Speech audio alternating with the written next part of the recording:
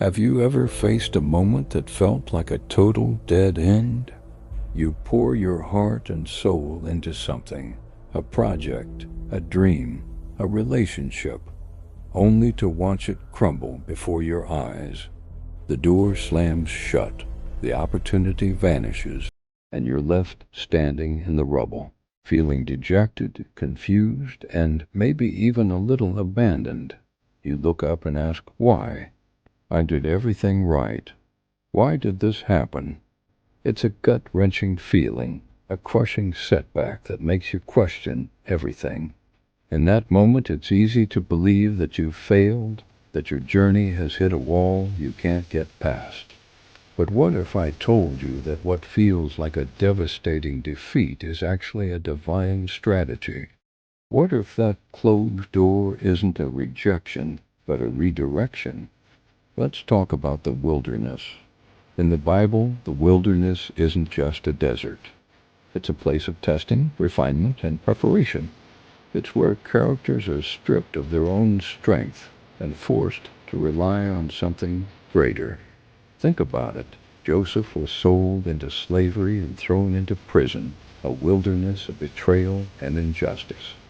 David was hunted by Saul, living as a fugitive in caves and deserts. Even Jesus spent 40 days in the wilderness, facing temptation and solidifying his purpose. From the outside, these periods look like failure. They look like wasted time, like God has forgotten them. They are moments of intense struggle, isolation, and uncertainty. You might be in a wilderness right now. Maybe a business you started has failed. Maybe you were overlooked for a promotion you worked so hard for. Maybe a relationship you cherished has ended unexpectedly. It feels like you're wandering aimlessly, with no map and no destination in sight. Every direction seems to lead to another closed door. The silence can be deafening, and the feeling of being stuck is overwhelming. This is the wilderness experience. It's where your vision gets blurry, your confidence wavers, and your resources seem to run dry. It's designed to feel that way. It's in this place of seeming lack and loss that something profound is happening beneath the surface. You're being prepared. The wilderness is not a punishment. It's a training ground. This is where the divine pivot happens.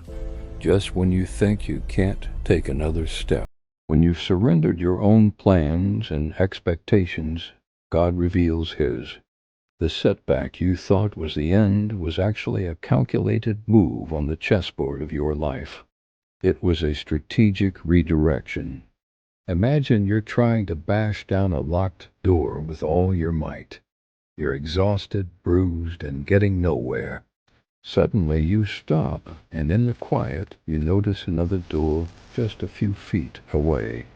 A door you never even saw before because you were so focused on the one that was closed. This new door isn't just unlocked. It's wide open, leading to a path you couldn't have imagined. That's the divine pivot.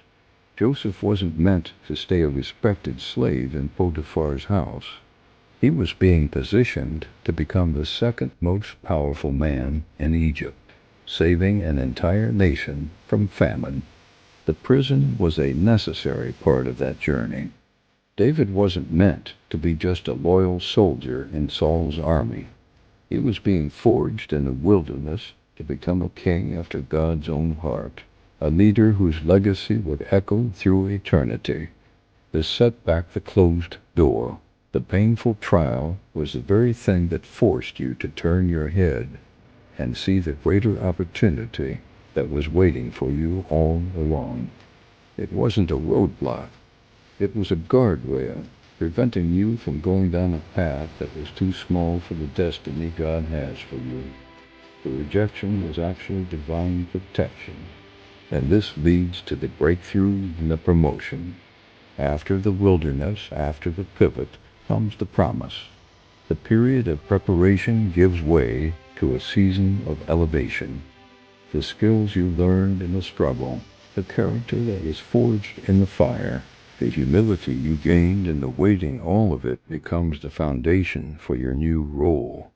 You emerge from the wilderness not weaker, but stronger.